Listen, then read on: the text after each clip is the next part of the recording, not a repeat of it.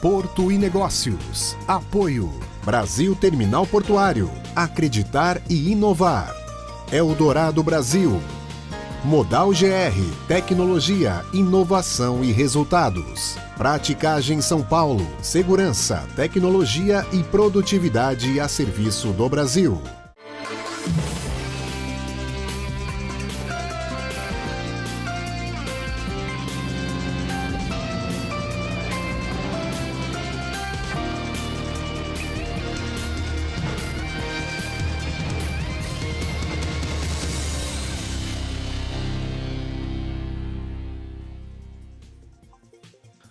Olá!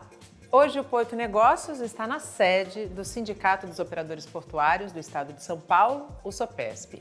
A gente conversa com o Regis Prunzel, presidente do SOPESP, e também me faz companhia o nosso diretor de assuntos portuários do Sistema Santa Cecília de Comunicação, Casimiro Técio. Regis, muito obrigada pela disponibilidade de nos atender aqui na sua casa. Seja bem-vindo. Nathalie e Técio, um prazer ter vocês aqui. Sejam bem-vindos aqui à sede do SOPESP. E que a gente possa aqui discutir bastante tema relevante do nosso setor e que todos aproveitem a nossa conversa. Técio, mais uma vez, obrigado pela parceria. Obrigado, Nathalie, e agradeço o Regis ter aceito o nosso pedido de estar aqui no SOPESP para falar um pouco mais sobre a instituição e a nossa atividade aqui no Porto. Regis, para a gente começar o bate-papo, você foi reeleito à presidência por mais alguns anos, até 2026, mas antes da gente falar dos planos nesse segundo mandato, é importante que a gente faça um balanço, né? O que você elenca de mais importante, de mais relevante na sua primeira gestão? Bom, Nathalie, a gente passou, acho que todos nós, não só o setor portuário, mas a gente como população mundial, a gente passou por um grande desafio que foi em 2020, o advento da pandemia, que acabou sendo um grande aprendizado para todos nós. E nós aqui no SOPESP, nós pudemos, e essa é uma das marcas do último mandato, dessa gestão integrada aqui do SOPESP, com seus conselheiros e com seus associados, de fazer frente e ajudar, para que a atividade portuária aqui nos portos do Estado de São Paulo continuasse durante a pandemia. Apesar da gente não ter, uma atividade portuária ela ter sido essencial, os atores portuários, digamos assim, não estavam na lista de prioridade, ou pelo menos nas primeiras prioridades. Então, nós trabalhamos bastante isso durante a nossa gestão. À época, a Técio, inclusive, era presidente da autoridade portuária, que também teve um papel fundamental na gestão aí durante o primeiro ano de pandemia. Então, esse é um ponto que a gente destaca, a abordagem com todos os sindicatos laborais, da gente poder enfrentar esse momento em que a humanidade passava, a humanidade estava aprendendo. Então, uma boa conexão também com as lideranças sindicais. Tivemos também negociações coletivas das mais variadas na primeira gestão, umas delas nós inclusive ainda estamos colhendo frutos agora, nesse momento, agora em 2024, mas que foram construídas ao longo dos 3 anos de gestão que acabou de terminar. Também o planejamento estratégico, foi o primeiro planejamento estratégico que o SOPESP fez na sua história, de 30 anos. Nós fizemos o primeiro planejamento estratégico no início de 2020 e a gente pode concluir, então, esse primeiro ciclo de 3 anos na gestão, frente do SOPESP, com um plano estratégico inicial, digamos assim. Agora nós temos para frente, obviamente com os aprendizados que a gente teve nos primeiros 3 anos, a gente tem mais um plano estratégico para ser discutido, com cenários bem diferentes. Melhores, do que quando nós começamos lá em 2020. E temos, as notícias que nos chegam, volume de cargas cada vez maiores, investimentos, enfim, temos aí um grande desafio que é dar continuidade ao trabalho que a diretoria do SOPESP, os associados do SOPESP, têm feito nos últimos anos para que a gente possa, assim, continuar crescendo como porto, como região e também como país.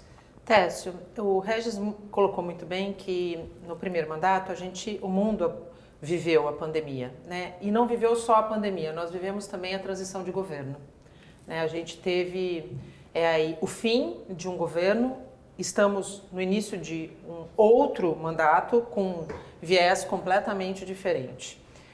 O quanto a descontinuidade entre o que foi posto naquele primeiro momento e o que a gente tem vivido ao longo desse novo governo pode prejudicar ou pode beneficiar a atividade portuária?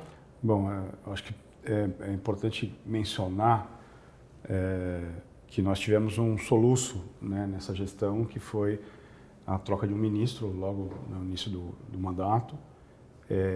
E isso, obviamente, atrasou. Aliás... Já veio atrasado, né? O atraso na indicação de vários presidentes de autoridades portuárias, da própria indicação do secretário de portos, isso você perde produtividade do sistema, né? Ainda mais vindo com uma orientação do governo anterior para desestatizações, enfim, uma mentalidade de deixar mais na mão do privado a gestão das autoridades portuárias. O grande ponto é que, independente da política de governo, né, de como o governo enxerga, e eu já mencionei aqui se ele é mais intervencionista ou menos intervencionista, é permitir com que as atividades que sejam normais em qualquer um dos dois sistemas, que ela corra de forma célere e corra normal, né?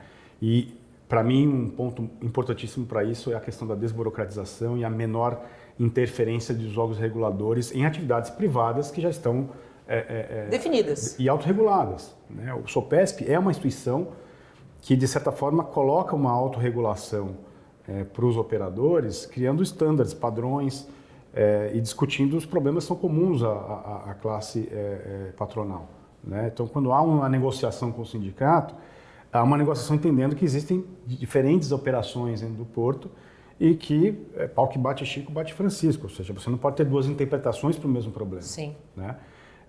Então, eu digo que essas mudanças de governo, elas dão uma freada em alguns processos, algumas discussões. Quando há, de fato, uma mudança de governo em que o pensamento intervencionista ou não, né, o Estado mais presente em atividades privadas ou menos, mais ou menos presente, também são impedâncias que acabam gerando atividade econômica.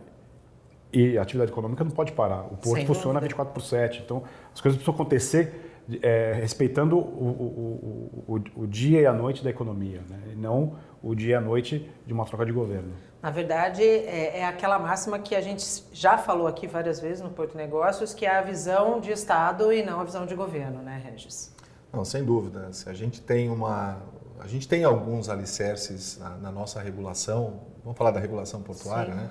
Você tem um Plano Nacional de Logística, você tem um plano de desenvolvimento e zoneamento de cada porto. Então, você tem uma linha mestre de ação que são ações de Estado, que não deveriam, de certa forma, ter qualquer tipo de interferência em eventual troca de executivo, troca de governo ou linha política, né? Vamos lá, nós somos democracia, então nós temos, qualquer linha política pode em algum momento comandar o país. Sim. O que a gente tem que ter? Ações e, digamos assim, direcionamentos chaves para que a gente possa continuar crescendo, gerando economia. E quando a gente fala de gerar economia, ela tem um efeito, vou chamar de efeitos diretos aqui, que é a geração de emprego, a geração de renda, contribuição de tributos para os municípios. A gente fala aqui de ISS, especificamente para os municípios da Baixada, onde é a nossa área de influência. Então, assim, se a gente tem uma linha mestre de desenvolvimento, de crescimento, regras claras para que isso possa continuar e que as entidades ou os intervenientes que ali suportam essa linha mestre, se eles agem como, digamos assim, um direcionamento estratégico, eu não vejo problema. Mas essa velocidade, digamos assim, muitas vezes, numa mudança de governo, a gente tem experimentado isso, nós já sabemos como funciona. Concordamos com isso? Não, a gente não concorda com essa oscilação, né? Nós, como entidade aqui que representa a categoria econômica dos operadores portuários, a gente quer sim um direcionamento mais célere em tudo. Você falou de burocracia, né? Então, instabilidade jurídica, isso também gera uma instabilidade jurídica horrorosa, né? Então, essa velocidade, Nathalie, é importantíssima para que a gente, sim, persiga isso, busque isso, essa linha de ação. Eu acho que isso é importante para a gente, né, como setor, a gente ter, então, um direcionamento estratégico e uma ação de Estado. Inclusive, tem posicionamentos de empresas, né? Por exemplo, vou dar um exemplo aqui de prorrogação contratual, né, de contratos de arrendamento. que se você deixa para os 45 do segundo tempo, no fechamento de um governo, sem saber o resultado eleitoral, corra para resolver isso antes do resultado. Sem dúvida. Né? Porque houve um processo de discussão com a equipe técnica, negociação política, em quais serão as bases dessa prorrogação contratual. Se isso escorrega para pós-eleição, você não vai conseguir... Não tem nenhuma segurança de que aquilo vai ser mantido. Ponto 1. E ponto 2, ela não vai acontecer no primeiro semestre da nova gestão. Então, isso se barriga até a nova gestão tomar pé da situação, enfim. Então, no fim, um processo desse não poderia parar numa troca de gestão. Primeiro porque eu entendo que uma prorrogação contratual, ela tem todos os parâmetros técnicos e não políticos para, de fato, acontecer. E daí a gente cai naquela máxima de que cargos técnicos precisam ser ocupados por técnicos, não por indicações políticas. Até pode haver a indicação política, desde que essa indicação tenha qualificação técnica. Sim, e mais do que isso, eu entendo que é pegar a casa e não desacelerar a casa porque você está aprendendo processos. Sim. Né? Então, você pode até ter uma pessoa que veio fora do setor portuário para liderar um time, mas o seu time tem que já pegar com um volante e sair dirigindo como se não houvesse... Tem as trocas de piloto nessas corridas de longa duração. O piloto é piloto, sabe pilotar, não vai aprender a pilotar no meio da corrida. Nesse sentido, vocês acham que o país tem amadurecido com essa visão ou ainda falta muito? Eu acho que a gente teve alguns bons exemplos de equipes técnicas nos últimos anos, né? Vamos falar do setor portuário.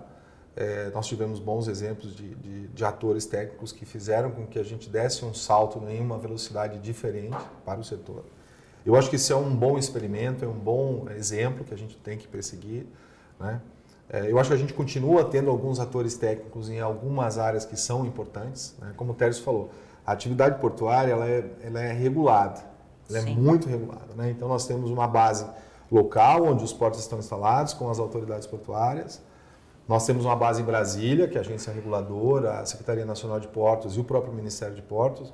E, obviamente, que depois a gente tem outros entes. Nós temos o Tribunal de Contas, que também tem sido um ator importante, né, nas discussões de infraestrutura, nas concessões, nas renovações de contrato de arrendamento. Então, ter técnicos, mas que a gente tem uma linha de ação, né, vamos lá, planos de Estado, uma velocidade adequada, que os prazos conhecidos e regulados sejam realmente atendidos, eu acredito que seja um bom caminho. E é o que a gente tem experimentado, Nathalie. Ou seja, então, ter uma velocidade adequada. É fundamental para a competitividade do país, né? Sem dúvida. Você dá previsibilidade naquilo que você falou, até a questão, você tira a insegurança do investidor e você cada vez mais fica competitivo frente ao que todos os países estão fazendo. Exatamente. Né? Você vai visitar, nós temos aí várias experiências, quando a gente tem a oportunidade de visitar um porto em qualquer outro lugar do mundo, usar aqui ano passado, alguns de nós tiveram a oportunidade de ir para Singapura.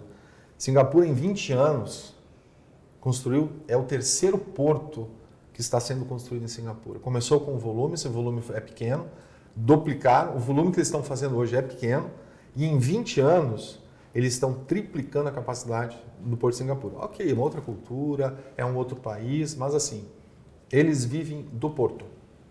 Então, assim, essa a importância de ter talvez uma definição de Estado para que a gente tenha velocidade. Exatamente. A gente tenta pegar exemplos, né, que são ícones, né? O exemplo de Singapura, a economia portuária é a principal economia do país, junto com telecomunicações, inovação, mas principalmente a portuária. Né? E no Brasil não é diferente. É que a gente viveu muito tempo achando que o porto está de um lado e a cidade está do outro. E o Regis deu o exemplo aqui do ISS, né, da Baixada. Nós sabemos, né? Na época da pandemia, a arrecadação aumentou, absoluta do município, aumentou em função do ISS e da atividade portuária. Né? Isso não é diferente em Paranaguá, não é diferente em Pojuca, Suape, não é diferente no Rio de Janeiro. Assim, aonde a atividade econômica, a atividade portuária, ela se faz presente, ela faz a diferença na economia local. E aí eu entendo que o poder público, local, regional e o próprio Ministério dos Portos, né, tem que olhar com carinho a nossa atividade. Né?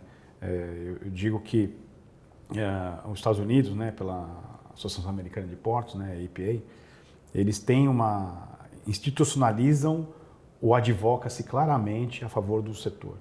Né, e essa é uma das funções, obviamente, do SOPESP, fazer o advocacy a favor das atividades econômicas, né, das empresas que tocam esse porto, que fazem isso aqui acontecer. E mais, né? A economia brasileira passa por aqui. Exatamente. O Brasil passa pelos portos, como já disse, bem uma campanha, inclusive, da Abtra no ano passado, e é de fato, passa mesmo pelos portos. Pegando o gancho do que o Técio acabou de falar, da relação porto-cidade, como é que o SOPESP tem trabalhou no primeiro mandato e pretende trabalhar agora no segundo para ações que contribuam para o estabelecimento dessa relação porto-cidade saudável e tão necessária? Bom, a gente já falou dos exemplos do primeiro mandato, né, da primeira gestão nossa aqui à frente. Agora a gente está numa fase de começar um novo planejamento estratégico para os próximos 3 anos. Né? Táticas de porto-cidade, conexão com os municípios. Nós temos uma proximidade muito grande, tanto com Guarujá quanto com Santos, né? Com Batão também. Então, nós estamos desenhando algumas propostas para o Executivo Municipal, de cada um desses atores aqui portuários e municipais, para que a gente possa, sim, fazer um trabalho um pouco mais próximo, no sentido desde a arrecadação, tributação do ISS, como as iniciativas de investimentos que os associados estão tratando, estão discutindo, que apesar de ser muitas vezes uma concessão, ser até mesmo uma autorização, tem uma conexão com os municípios da Baixada muito próximas. Né? Sim. Então tem compensações, a gente precisa fazer os relatórios de impacto que eventualmente a gente tem no município. Então, ter uma proximidade com os executivos municipais, né, com os prefeitos, com as prefeituras e os atores de cada prefeitura é muito importante. Então tem algumas coisas, Nathalie e Técio, que a gente está desenvolvendo ainda, está no nosso forno. Né? Vamos agora, nos próximos dias, apresentar isso para o Conselho Diretor, depois apresentar isso para os associados do SOPESP, para que a gente possa, sim, fazer uma gestão um pouco mais próxima. Ela é extremamente próxima, mas a ideia é que a gente fazer algo mais próximo. Desde alavancar desenvolvimento de pessoas, né? Busca é uma coisa que a gente tem falado sempre quando nós temos a oportunidade de estar juntos, nós temos falado muito da capacitação de pessoas. Pensar também no que a gente pode trazer de novos investimentos, né? De novas tecnologias, de novas cargas ou de aumentar as cargas que aqui movimentam. Então, tem um escopo bem amplo que a gente vai nos próximos dias terminar aqui dentro do SOPESP, com análise do plano estratégico e assim que possível a gente vai começar a colocar em prática isso. A gente faz um rápido intervalo e no próximo bloco, capacitação e a ação do SOPESP junto aos trabalhadores portuários é o tema do Porto e Negócios. Não saia daí, até já.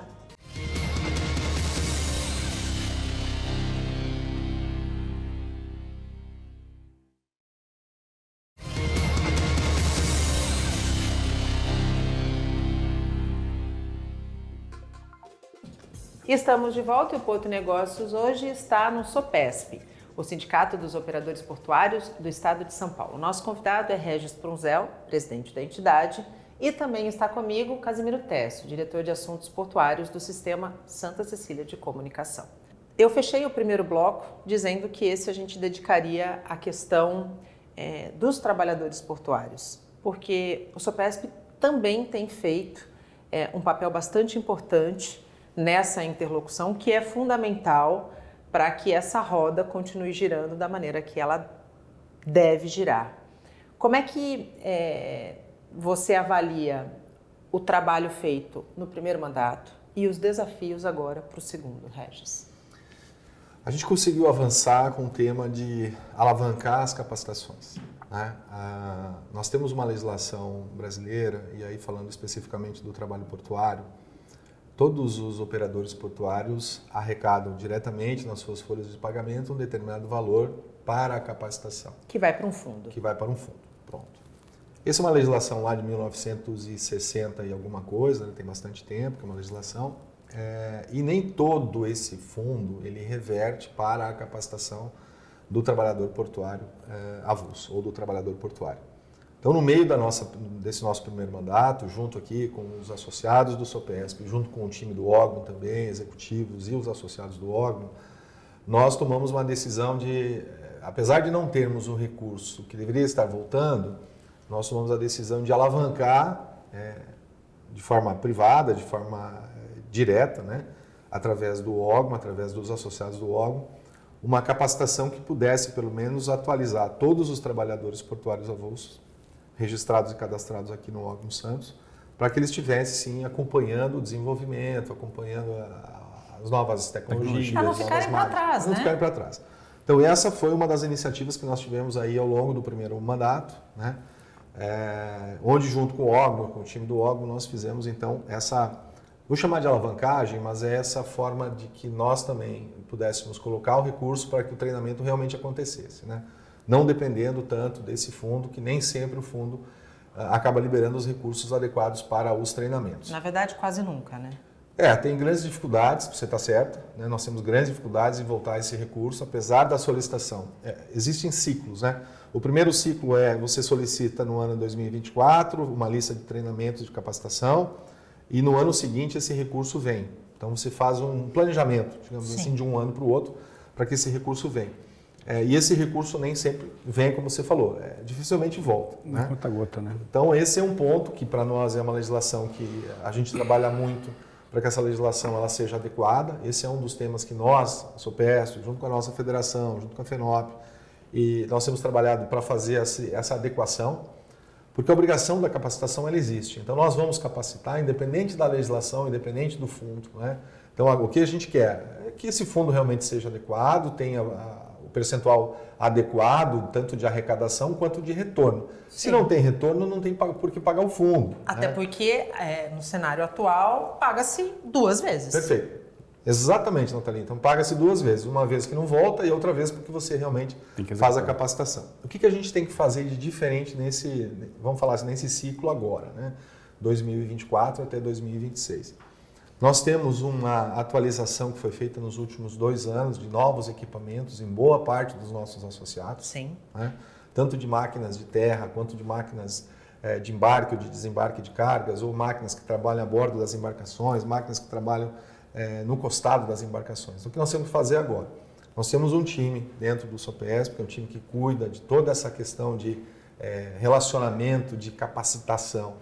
Esse time, junto com o órgão, vai fazer uma espécie de uma atualização nessas capacitações e nós vamos ter um ciclo de atualização de novo agora para frente. Isso é com relação à capacitação. Nós temos um grande desafio, e não é só nós aqui, que é a disponibilidade do trabalhador portuário. Exatamente. Tá? É um tema que para nós também é sensível, nós temos assim uma necessidade de aumentar a quantidade de trabalhadores, de disponibilidade do trabalhador também, e obviamente que isso vai demandar mais capacitação. Então, os trabalhadores que porventura entrarem também deverão ter um ciclo de capacitação, de adequação. Nós temos as normas regulamentadoras que precisam estar capacitadas e treinadas para que o trabalhador realmente possa atender as requisições de trabalho quando o órgão assim fizer, ou eventual vínculo que muitos dos nossos associados acabam fazendo a vinculação. Técio, pegando o gancho da vinculação, aliás, esse tema ainda é muito sensível, a questão da exclusividade do trabalhador portuário. Recentemente, a Santos Brasil fez um plantão no OGMO para conseguir preencher cerca de 200 vagas, exclusivas OGMO. No caso de não preenchimento, essas vagas, elas podem ser abertas para o mercado ou não? Deveriam, né? Absolutamente deveriam. Teoricamente, se você faz esse processo ciclicamente solicitando essa mão de obra e você não consegue preencher, você pode ir ao mercado preencher com essas vagas, né? Obviamente, isso sempre fica sob um júdice jurídico. Exatamente. Sempre levanta-se um debate jurídico da insegurança, quando isso da insegurança jurídica de você pegar uma mão de obra que não está de fato cadastrada ou registrada no órgão. Né? Eu já mencionei aqui no programa que para ter segurança jurídica com relação a esse ponto tem que ter uma alteração na legislação, né? Lembrando que existe uma comissão hoje. Exatamente. Que foi solicitada pelo Senado para propor alterações no marco regulatório. É muito importante o papel dessa comissão e isso é uma pauta prioritária, né? Até porque no novo FIS portuário, né, na modernização e na tecnologia, que inclusive, né, nós apresentamos no último programa um programa que passou com o Bruno Stupello, a SUS Brasil está investindo em ARTG, Exatamente. em operação remota desses equipamentos, com joystick numa sala. Eu entendo que as habilidades para você operar um equipamento desse é treinar quem já opera e treinar alguém que está entrando no mercado. A gente até brincou, né? A competição não acontece só entre as empresas. Não. Acontece entre os profissionais também. Sem dúvida. Quanto mais qualificado você se coloca no mercado, melhor você se posiciona para ser contratado para um terminal. Essa é uma discussão que a FENOP ela lidera isso no âmbito nacional, e eu tenho certeza que isso está na pauta dessa comissão para alterar a legislação e permitir que qualquer operador portuário, terminal portuário, possa ir ao mercado buscar sua mão de obra independente do órgão. Como é que o SOPESP tem atuado nesse sentido, quando a gente fala da obrigatoriedade e da exclusividade, com esse diálogo, tanto com os trabalhadores, né, tanto via OGMO? A gente fechou no último ciclo, nós fechamos 3 convenções coletivas que tratam desse tema da exclusividade, né? Então, o ciclo que você falou, que se oferta no eventual vínculo, né, se oferta primeiramente e com exclusividade para o trabalhador portuário avulso. Caso esse trabalhador, caso essa categoria não queira, ele é compartilhado. Essa mesma oferta é feita para as demais categorias, né? É aberto. É aberto para as demais categorias de trabalhadores portuários avulsos registrados ou cadastrados no órgão. Se essas demais categorias não têm interesse ou não têm pessoas disponíveis, obviamente que aí nós temos a opção, como o Décio comentou, de ir ao mercado buscar. Mas antes dá um rito, e isso nós temos tratado em convenção, nós temos negociado isso com as lideranças sindicais, né? Os trabalhadores das convenções que nós fechamos, obviamente, aprovaram isso em assembleia, então tem um rito também de negociar essas convenções. Temos mais 3 convenções que estão sendo tratadas com as lideranças sindicais, com o intuito também de regrar isso. Apesar de estar na legislação de forma muito clara a questão da exclusividade, nem sempre a gente tem a velocidade ou nem sempre a gente consegue atender a demanda. Você deu o exemplo de um terminal, de Santos Brasil, que tem demanda, tem outros terminais. Todos os terminais têm demanda por mão de obra. Então nós precisamos achar vou chamar flexibilidade. Para não comprometer a operação, Pronto. né? Então você tem que dar uma continuidade. Como é que você flexibiliza? O que nós, como SOPESP, temos feito? Chamamos as lideranças sindicais. Nessa sala aqui nós já tivemos com todas as lideranças sindicais. Fizemos uma proposta de fazer uma convenção coletiva de trabalho, organizando isso, adequando a entrada de novos trabalhadores, adequando eventual vínculo empregatício. Apesar disso estar na legislação, nós vamos fazer alguma coisa um pouco mais combinada entre nós aqui na Baixada Santista. Então, 3 nós já fechamos, outras 3 estão aí muito próximas de que a gente concretize. E justamente para quê? Para que a gente possa dar oportunidade. Quem quer ser avulso, continua sendo avulso, vai continuar respondendo escala, vai continuar trabalhando no momento que ele entende que pode trabalhar ou que queira trabalhar. E para aquele trabalhador que esteja registrado no órgão, que quer fazer um registro empregatício a vínculo, base, uma CLT, ele faça isso, participe de um processo de seleção, né, nas empresas aqui, nos nossos associados, para que ele possa também trabalhar. E aí ele pode ter, talvez, eu tenho uma folha de trabalho mais definida, vou trabalhar num turno específico, né? Vou ter alguns previsibilidade, vamos dizer assim. Os benefícios que uma empresa pode dar ao funcionário, como seguro-saúde, enfim. Então, é uma segurança. No final, quando a gente discute a questão da mão de obra avulsa versus a vinculada, tem 2 variáveis. A primeira é o patamar salarial, né? E a segunda são os benefícios associados a você perder um patamar salarial, mas você tem uma série de benefícios, né? Só que a partir do momento que você está vinculado, você tem a obrigatoriedade de bater o cartão naquele horário. E tem muitos trabalhadores que preferem trabalhar numa escala irregular, numa escala, hoje vou trabalhar... Hoje eu vou, amanhã eu não vou, Exato. Amanhã eu vou. Só que esse hoje vou, amanhã não vou, amanhã eu vou... O terminal não pode ficar à mercê disso. Isso não pode comprometer a competitividade e a operação do terminal. Exato, esse é o ponto. Respeitamos a questão da avulsabilidade, perfeito? Mas do lado do operador, nós temos que ter também a previsibilidade. Então, o trabalhador avulso que quer trabalhar hoje, perfeito, vai, se escala, responde a chamada e trabalha. Eu não quero trabalhar amanhã. Como que o operador garante que nós vamos ter mão de obra para amanhã trabalhar? Então, tem um lado que esse equilíbrio entre vínculo e avulsabilidade, ele é importante para o setor portuário, né? Claro. Obviamente tem cargas que têm uma demanda maior em função de sazonalidade pela questão da avulsabilidade. Sim. Né? Tem cargas que têm uma linearidade maior e aí optam pelo vínculo, que é normal porque tem uma previsibilidade.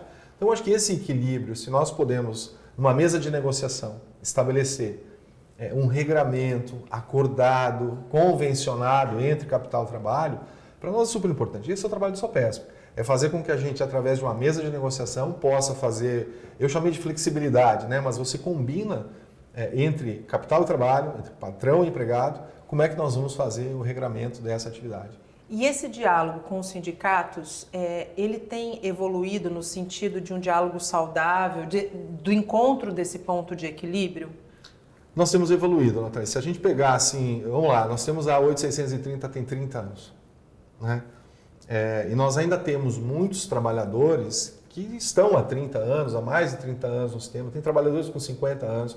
Nós temos lideranças sindicais, o presidente Guilherme, do Sindogesp, que é um grande portuário, tem mais de 50 anos de trajetória no porto. Então ele veio, digamos assim, tem uma trajetória enorme.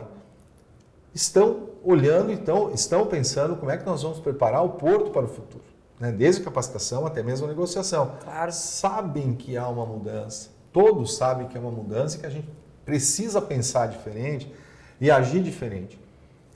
E o mais importante, levar para as bases, levar para as categorias o que está acontecendo, né? Então, assim, o fluxo e a movimentação de carga, ele aumentou significativamente, né? Nós saímos de 100 milhões de toneladas em 2012, 2013, aqui nos portos da Baixada, estamos em 170 milhões de toneladas. E temos um PDZ que tem uma expectativa ainda maior. Muito grande. 260. Exatamente, 240 milhões. 240 milhões. Eu te diria o seguinte, o crescimento ele vem de alguns pilares. Dentre os pilares está o aumento tecnológico, perfeito? E está da mão de obra, do preparo dessa mão de obra. Sem dúvida. Então, o aumento tecnológico, ele obviamente depende de um preparo das pessoas para que elas possam operar os equipamentos cada vez que tem uma outra tecnologia, mais modernos e que fazem com que a movimentação seja numa velocidade diferente. Com certeza. Então, eu digo assim, tem alguns casos de sucesso. O que são os nossos casos de sucesso?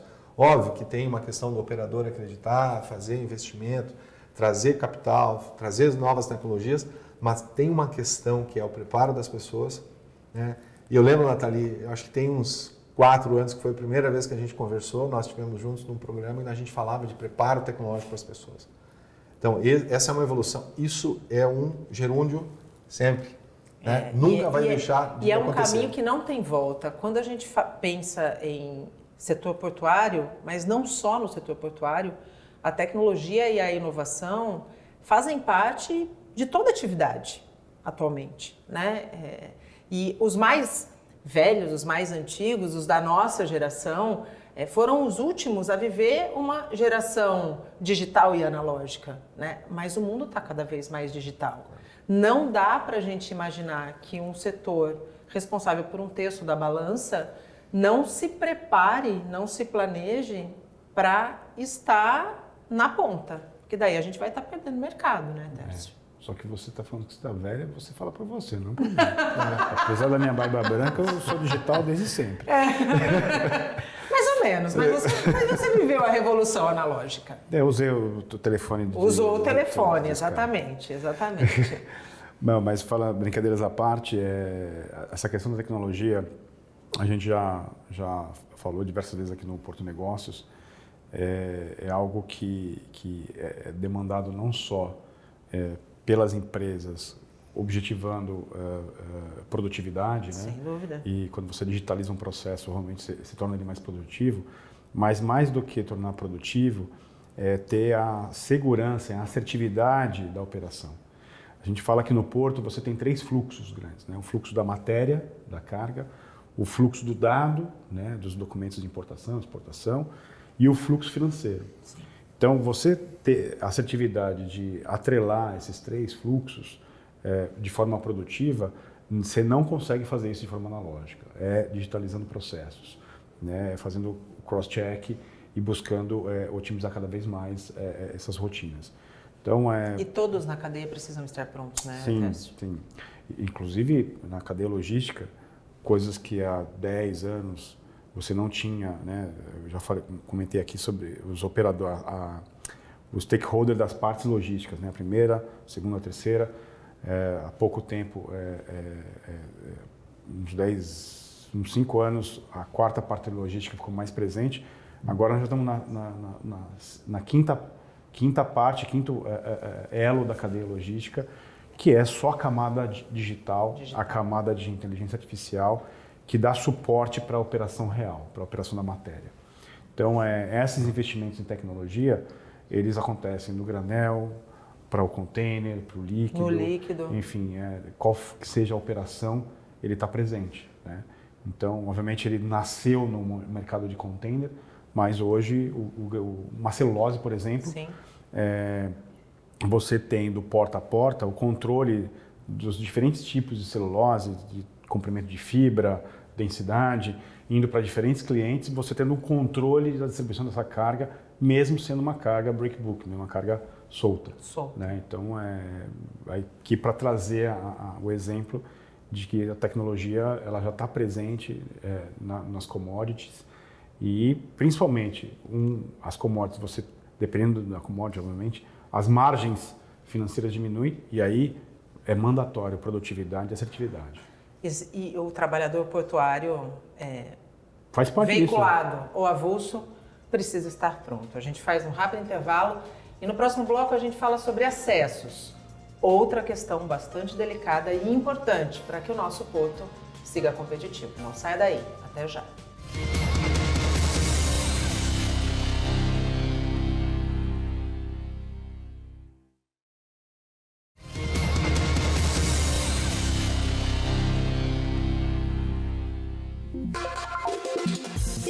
Estamos de volta e o Porto Negócios chega à sua última etapa. No terceiro bloco, a gente segue a conversa direto aqui do Sindicato dos Operadores Portuários do Estado de São Paulo, SOPESP, com Regis Prunzel, presidente da entidade, com Casimiro Técio, nosso diretor de assuntos portuários do Sistema Santa Cecília de Comunicação. No começo desse ano, o governo do estado autorizou que a Ecovias começasse os estudos de viabilidade para a construção de uma terceira via Planalto-Baixada. Vocês acreditam que essa terceira via seja a principal solução para os problemas de gargalo que hoje afligem e atingem a entrada da cidade? Eu acredito que sim, Natalia. A infraestrutura que nós temos hoje é uma infraestrutura que tem mais de 20 anos, né? Mais de 30 anos. Se a gente se olhar bem para trás de Anchieta, o sistema Anchieta é muito mais antigo. Nós precisamos ter um ordenamento. A atividade portuária, e o Técio conhece bem isso, a atividade portuária, antes que um caminhão desça para os portos da Baixada, nós precisamos fazer o que a gente chama de agendamento. Então, os caminhões que vêm para os portos da Baixada, eles estão autorizados. Cada terminal tem o seu número de cotas, que ele pode diariamente fazer o uso dessas cotas para que os veículos venham até os portos da Baixada. Aliás, não te cortando, Regis, essa foi a saída encontrada depois de um caos que a Baixada Santista viveu. Há 11 anos. 2013 foi isso, quem viveu isso, você trouxe muito bem isso, e foi uma saída de organização que tem funcionado muito bem. Mas é atividade portuária. Sim. Então nós não temos só atividade portuária na nossa Baixada aqui. Nós temos polo industrial, nós temos turismo, nós temos trânsito de cargas para atender supermercados, para atender postos de gás de combustível. Nós temos então uma demanda econômica na Baixada, uma atividade econômica que demanda também a circulação de vários veículos de carga que fazem frente e que usam a mesma infraestrutura que nós temos. Então, talvez um investimento em infraestrutura de uma terceira via, ou de mais de uma via, enfim, como queiram, ou autorização de uma pista de imigrantes para descer, aí precisa haver engenharia para isso, mas também tem uma questão de ordenamento. Eu acho que nós precisamos convidar mais atores que hoje utilizam o sistema Anchieta Imigrantes para que tenham ou que façam parte de um grande ordenamento. Alguém faça a gestão disso, talvez uma Artesp, estou sugerindo aqui, talvez não seja um órgão mais adequado, mas que faça uma gestão. Olha, quero ir para Santos para entregar uma carga de arroz no supermercado X. Você vai ter um slot, você vai ter um agendamento para isso dentro de uma grande organização. Eu estou pensando alto aqui porque essa organização tem funcionado muito bem nos portos. Mais uma vez, as cargas que vêm do interior, quando vêm para os portos aqui, elas são agendadas e são organizadas. Então, muitas vezes, você olhar para uma organização pode facilitar a vida antes mesmo do investimento em infraestrutura. Claro, sem dúvida. Não, mas um ponto importante para o nosso espectador ter clareza existe um parâmetro que a gente chama de volume diário médio, né? Que é o VDM de uma estrada. Hoje, o sistema Anchieta Imigrantes já está num nível de qualidade D, E. Já está saturado. Já está saturado. Então, por mais que o porto se organize e faça a distribuição de cotas de agendamento e organize isso ao longo das 24 horas, né? Porque o porto funciona... Não dá mais conta. Não dá mais. Não dá mais conta, até porque, como bem disse o Regis, não é só caminhão com destino ao porto que acessa a rodovia. E mais, existe uma questão que assim, existe o trânsito, né, dos veículos utilitários que sofrem com isso também, porque Sem você dúvida. Santos está dentro de uma conurbação com a macrometrópole.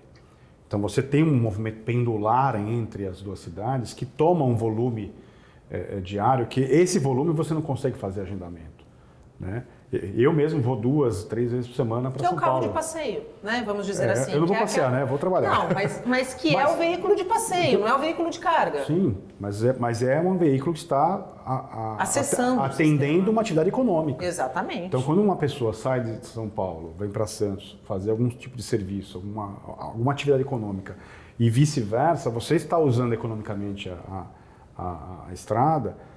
E isso não tem como você agendar, né? Então, é fundamental ter a terceira descida, né? A terceira via, na verdade. Porque é importante deixar claro que você tem sempre uma das estradas do sistema Anchieta Imigrantes, Sim. ela está fechada. Sim, sim. Né? Em manutenção. Então, tem que ter uma terceira. E vou mais longe. Essa terceira tem que alimentar a margem esquerda, diretamente a margem esquerda do Porto de Santos. Distribuir melhor o acesso ao porto. Porque senão você vai jogar todo esse tráfego. Na Cônego, por exemplo? Na entrada da Anchieta, porque tanto a Migrantes como a Anchieta eles desembocam na entrada da cidade de Santos, e você tem que conectar isso com o outro lado da margem. Sem dúvida. Né? Ou pela própria Piaçaguera. Então precisa ter essa terceira via, e eu entendo que ela tem que desembocar na margem esquerda, até porque existe um planejamento portuário de ampliação de área portuária na margem esquerda. Né? Aonde o porto vai de fato crescer é na margem esquerda. Né? Obviamente não estou aqui descartando os investimentos no sistema ferroviário, né? Que já está em andamento com a assinatura do contrato da FIPS. Até porque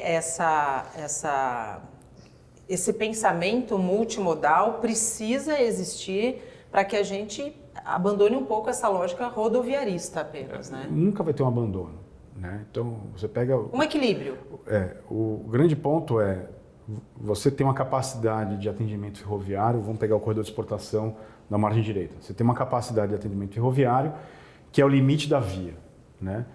Numa super safra, você vai obrigatoriamente usar o rodoviário. Então, por melhor que seja a programação, por melhor que seja a infraestrutura ferroviária, você vai demandar o rodoviário.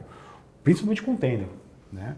Então, mesmo que seja o sonho 100% da carga graneleira utilizar o viário ferroviário, você vai ter oscilações de capacidade versus produtividade, versus produção no oeste, que vai demandar.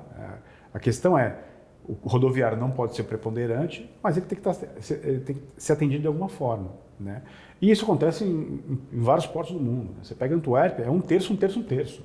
Um terço rodo, um terço ferro, um terço hidroviário, né? Então, aqui em Santos, você não tem a conexão hidroviária, né? Não. A Tietê-Paraná está 700, 800 metros de distância, de altitude, né? E, obviamente, um pouco mais longe lá em Pederneiras. Mas você buscar o equilíbrio entre o rodo e ferro é mandatório, agora entendendo que o grande consumidor do rodoviário acaba sendo o container, de fato. Container em carga líquida, né? Você acredita que a FIPS ela é a grande solução para isso? Já foi, né? Já está sendo, né? Então agora tem que garantir que nos próximos anos seja feito todo o investimento. Né? Tem uma carteira de investimento ainda a ser feita. Eliminação de passagem em nível, né? Quando você tem uma impedância entre uma passagem rodoviária por uma passagem ferroviária, fazer toda a instalação de todas as passarelas por cima da via, né? A pera ferroviária para permitir um melhor fluxo da composição ferroviária em Outeirinhos, para liberar capacidade de manobra para o corredor de exportação. Né? O corredor de exportação você não tem o arranjo da pera, nunca vai ter. Então vai ter que sempre ter um sistema de manobra. Mas para esse sistema de manobra de fato funcionar, eu preciso aliviar as manobras na área da região do Outeirinhos. Então eu melhoro a capacidade com uma pera aqui para liberar a operação, obviamente, e não é só corredor de exportação de grão, né? Agora você tem corredor de exportação de celulose também. Que as duas atividades competem por via. E isso tudo previsto em PDZ, né? Tudo previsto em PDZ, os investimentos estão no contrato da FIPS, agora é executar a obra. Como é que o SOPESP está acompanhando o desenvolvimento desse cronograma da FIPS? Nós acompanhamos primeiro a sessão da FIPS desde o início, né? Nós participamos das discussões, TCU, enfim, junto com outras entidades setoriais.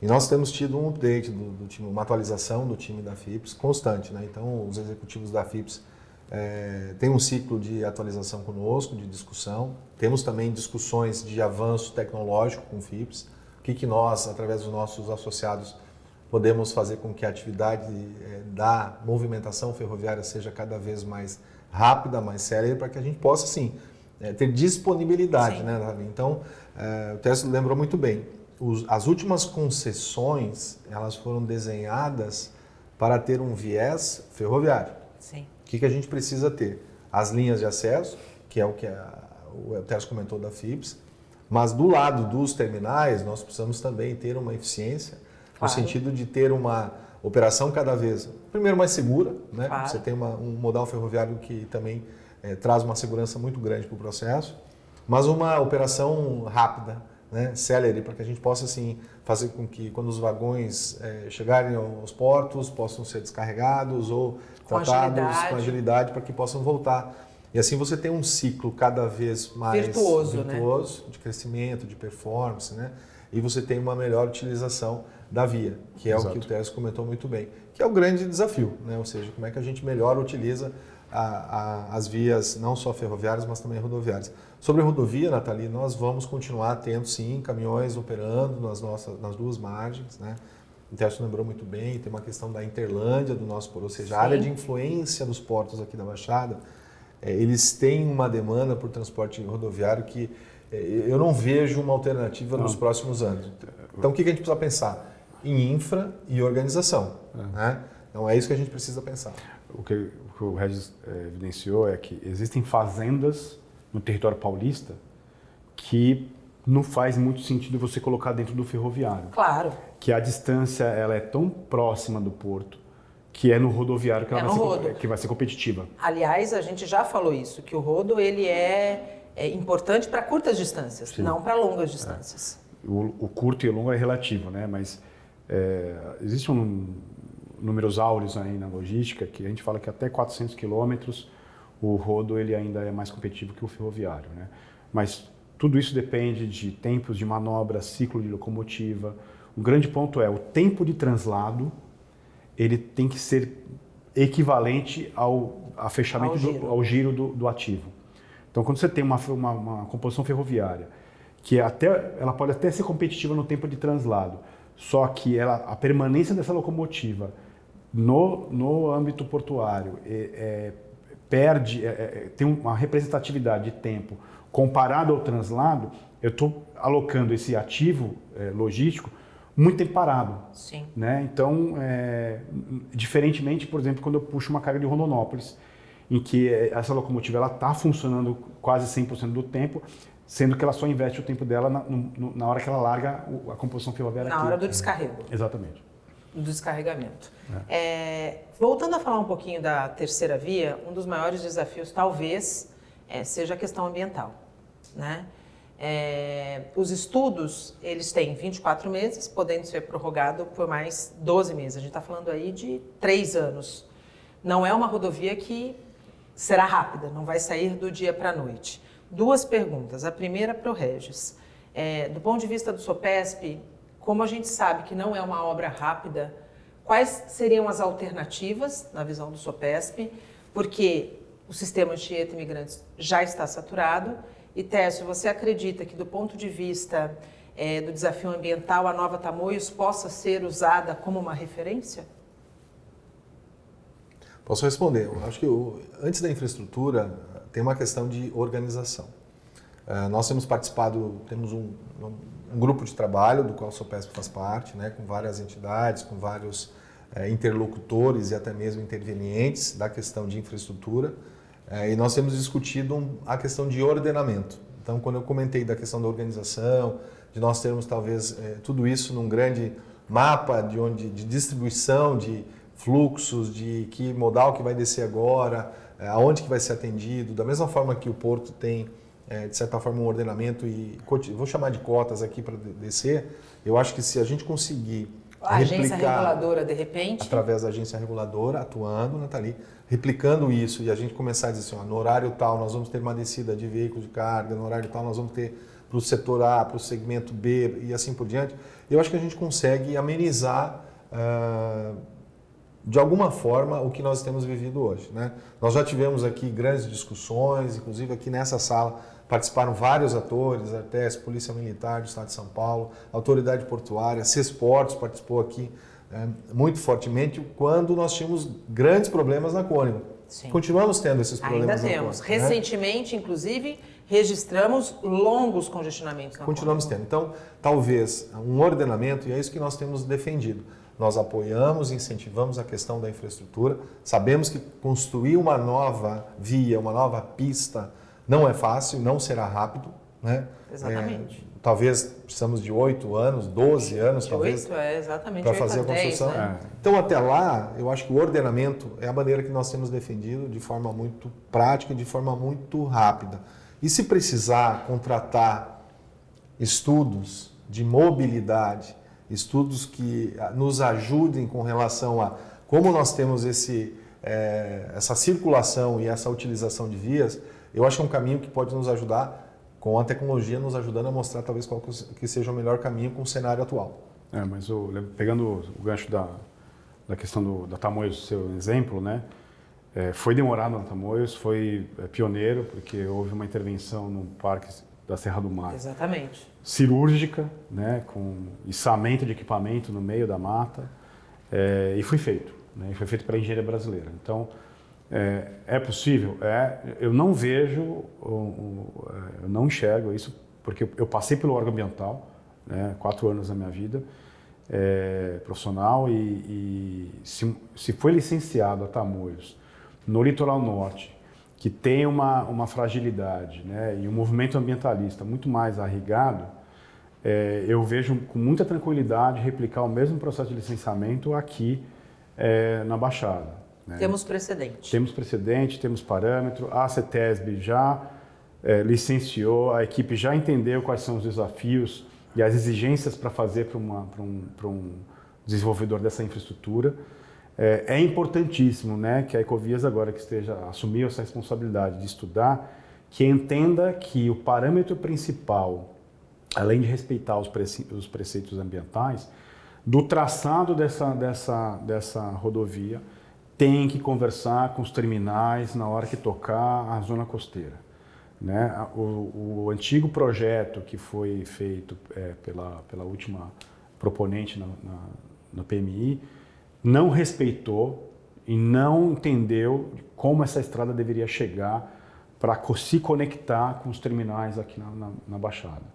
E mais do que isso, se conectar com os terminais atuais, prevendo que existe futuros terminais.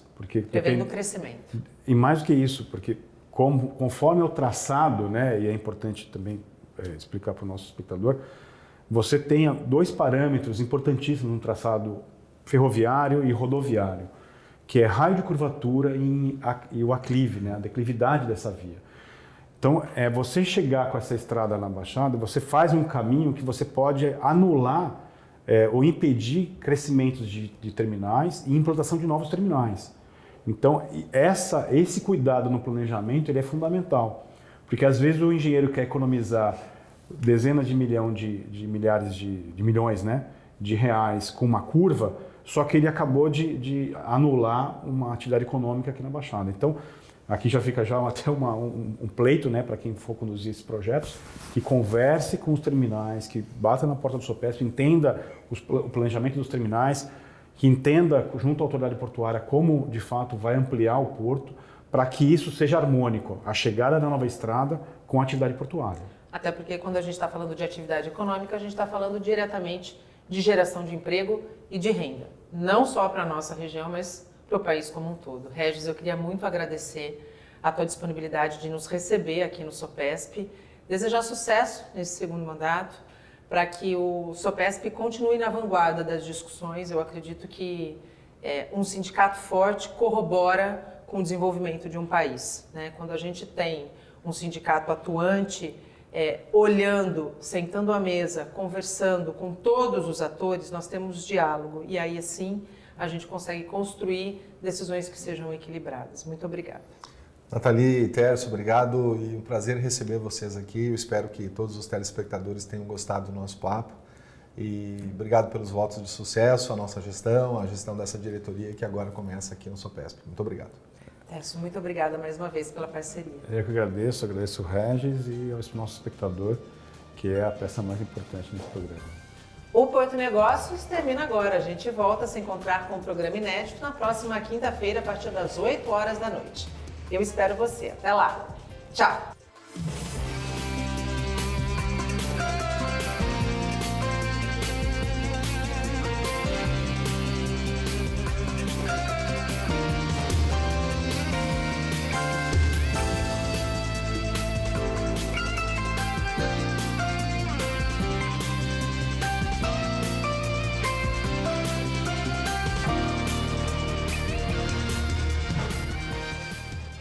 Porto e Negócios. Apoio. Brasil Terminal Portuário. Acreditar e inovar. Eldorado Brasil. Modal GR. Tecnologia, inovação e resultados. Praticagem São Paulo. Segurança, tecnologia e produtividade a serviço do Brasil.